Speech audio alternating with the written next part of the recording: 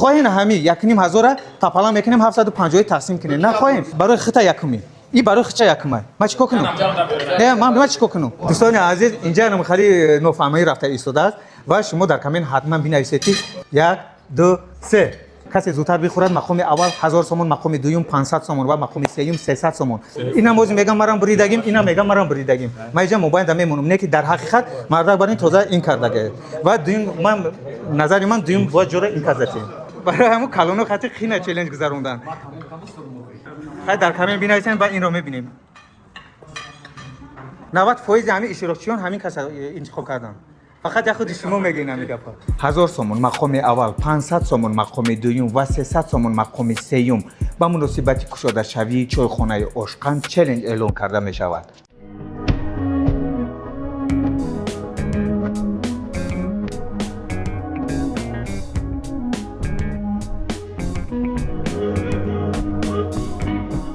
نشانه ما چایخانه عشقان از طرف راست روسکی بانیا از طرف چپ تورецکی بانیا یکچینوس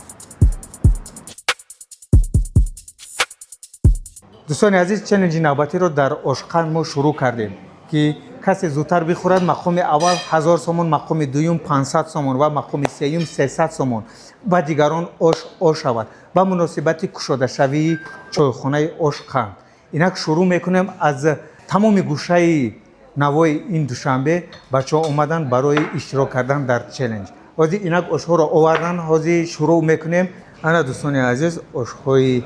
بومازه رو آوردن چالش نوبتی ما در عشقان دوستان عزیز نگاه کنید.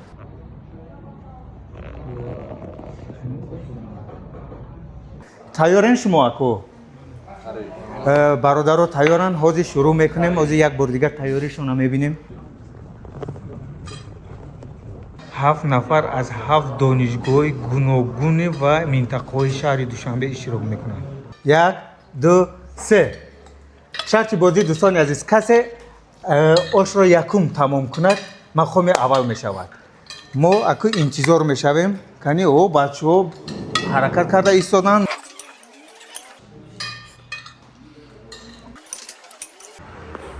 دوستان عزیز او عشق بعضی 50 60% 70% موندگی اینا اینجا میبینیم. آفرین خریب تمام میشوند. اینجا 20% مونده است. کنی اینجا میبینیم. اکو اوبم ایاد نبرورید. نفس کشیدن فراموش نکنید دوستان عزیز. بگو که حرکت آخره بزرده اسپید میکنی تمام. یا دوستان عزیز نگاه کنید کمی یک دیگه مونده است. دوای آفرین نگاه کنید.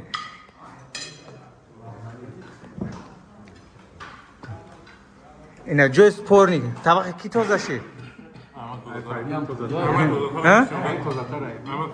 این کس تازه تره با گفتیم که تسر بزنه نکه جون برای همون دوستان عزیز اینجا دو تا سپورنی بود. اینا طبقه نمیشه چند تا گرفتم غلطی. اینا ایمار خودش مقصد بود. نه مردا گفت اینا ایمار سوخت. نه مردا گفت این تازه تر کرد. اکیسه مقصد همیشه ما چند بار گرفتم غلطی نکی چیزی بود کم بدی تمرین کرد. اینا شما مردا که مالی شما مردا که خودتون اینا یا بر صحبت کنین ما زیاد خلاصه از نمیبرم. مردا برای نگاه کنید مسئله اگه جای سپور نمیشه با خودتون صحبت کنید. اینا عکاسی توزاتر خودتون صحبت کنید. ما ایجاد وای نمیشم. برای همون کلونو خاطر خینه چالش گذروندن. آخه گفتم که اکا بزن تو آخیره بزن گفت. ای مار سلام علیکم این کس دیر کردم. اینا دوستان عزیز خیلی در کامنت بنویسین و این رو میبینیم. ما نون حساب نیست برای تازگی بود اکو چی میشوند از این طرف مونده از دوستان عزیز نام چیه که عبدالله این کس سیوم جو گرفتن اکای عبدالله آفرین این کس چهارم پنجم خی ما با اساس همین یکم دویم سوم چهارم جدا لازم است یکی در حقیقت اکاجون به خفگی شوه مردک بر این یکم جا گرفتن برای تازگی چی مسئلت میتن نگاه کنید دوستان عزیز برادرو اکا او طرفی صحبت کردن نگاه کنین اکو بیاین خیلی میکنیم این نه ما گفتم کو گفتم اکا داون شبخ برای که مونده بود نو تازه نکرده اکا جو مرده تازه تر ای کرد یکم بیای خیلی میکنیم روزی میشین و همین یکم دویم جو یکنیم هزار میشوه تقسیمش میکنیم 750 اگر روزی باشین نباشین ما 1000 او دبتون 500 اخر دبتون میکرد اوزی تو برای خطا یکمی ای برای خچه یکمه ما چیکار کنم نه ما چیکار کنم یکی تازه تر توقع ای خواهین همی یکنیم 1000 تپالا میکنیم 750 تقسیم کنیم نه خواهین یا که خواهین بیان یا باری دیگه نیمتای دیگه اوش بزنیم میشوه ما این مرا پرسید که مقصد که تازه باشه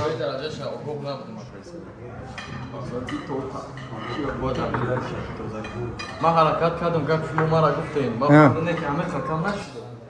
خیر نشید ایشید چی با ایشید سوال با میان بیاید نه همین تو نیست شما دمی مسئلت ما روزین یا نه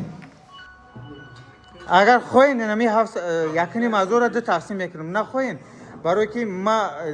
بسیارتر من میخونده که این مرده گفت به این مرده کرد میخواهی؟ باید بگیرم مبلغ من مقصد پرسیدم که در طبق باید موندن در هم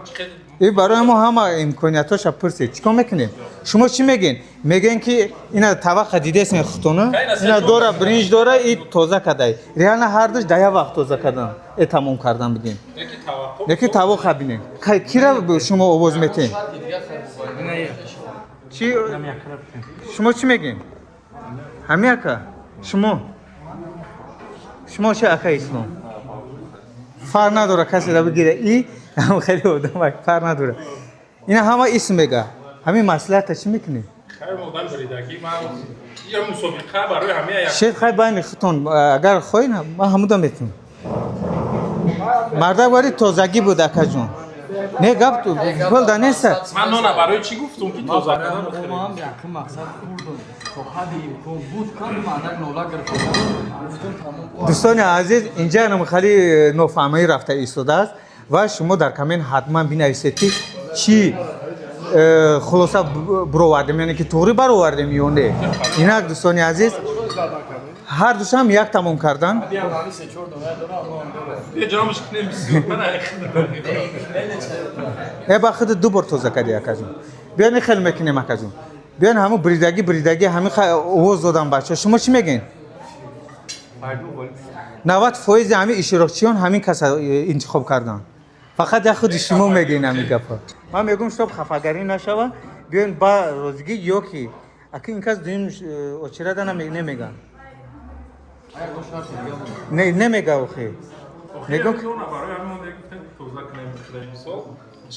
دوستان عزیز اگر ما هر یک انسان ریال نبود اگر همین خیلی گوش کنیم دوستان عزیز اینا موز میگم مرام بریدگیم اینا میگم مرام بریدگیم ما اینجا موبایل دم میمونم نه که در حقیقت مرد برای تازه این کرده و دویم من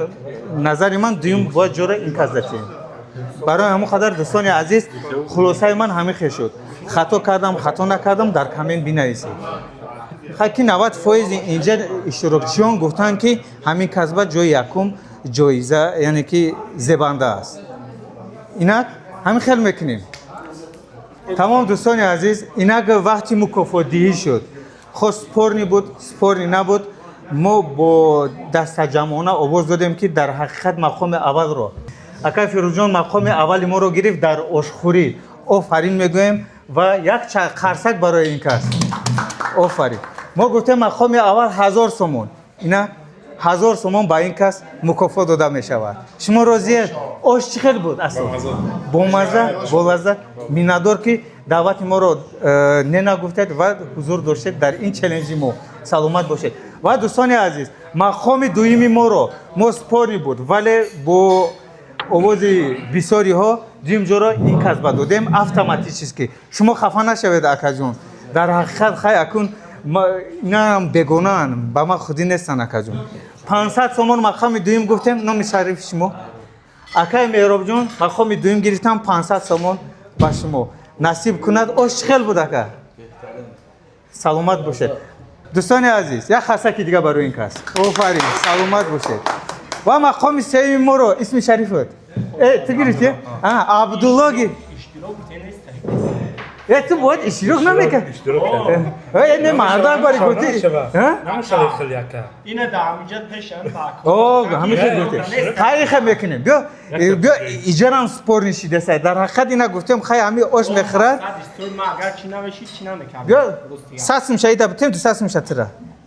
қабул мекунӣ не оза ҳамирам наметата